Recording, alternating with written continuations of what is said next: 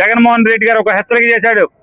అదే మీరు చంద్రబాబు చుట్టాలు ఎవరైనా సరే, అది గీతం మెడికల్ కాలేజా, ఇంకో మెడికల్ కాలేజా, ఇంకో మెడికల్ కాలేజా, చంద్రబాబు చుట్టాలు ఎవరైనా సరే చంద్రబాబు మాటలు నమ్మి గవర్నమెంట్ మెడికల్ కాలేజీలు అప్పనంగా ఎత్తేటానికి వస్తే గనక రాబోయే మా ప్రభుత్వం, రాబోయే 2.5 సంవత్సరాల్లో మా ప్రభుత్వం, జగన్ ప్రభుత్వం, ప్రజా ప్రభుత్వం ఖచ్చితంగా మీ కాలేజీలని ఓడలాక్కుని మిమ్మల్ని తరిమి కొట్టి అవన్నీ కూడా ప్రజలకి ఆస్తిగా అంకితం చేయడం అనేది నేను గొప్ప సంకల్పాన్ని చేపడుతున్నా, శపథం చేస్తున్నానని చెప్పాడు.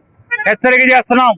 ఎవడైనా చంద్రబాబు చుట్టాలు ఎవరైనా సరే ఈ ప్రభుత్వ మెడికల్ కాలేజీలని కబలిద్దామని కనుక ముందుకొస్తే ఖచ్చితంగా మీరు అనుభవించేటువంటి ఫలితాన్ని అనుభవించే రోజు రాబోయే 2.5 సంవత్సరాలు ఉంటుందని కూడా హెచ్చరిక చేస్తూ చంద్రబాబుని డిమాండ్ చేస్తున్నాం.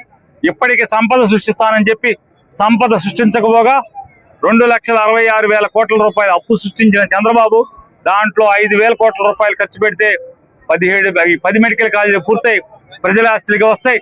17 చోట్ల 17 పార్లమెంట్లో వాళ్ళ ప్రజలకి మల్టీ స్పెషాలిటీ హాస్పిటల్ ఉచితంగా వైద్యం దొరికేదాన్ని ఇవాళ నువ్వు నాశనం చేస్తున్నావు అనే దాన్ని హెచ్చరిక చేస్తూ రేపు 18వ తారీఖున జగన్మోహన్ రెడ్డి గారు గవర్నర్కి ఇచ్చేటువంటి ప్రజా గళాన్ని తీసుకెళ్లే దాంట్లో ప్రజలందరూ మమేకమై బలపరచమని, దాంట్లో పాల్గొనమని, జయప్రదం చేయమని చెప్పని కోరుతున్నాం.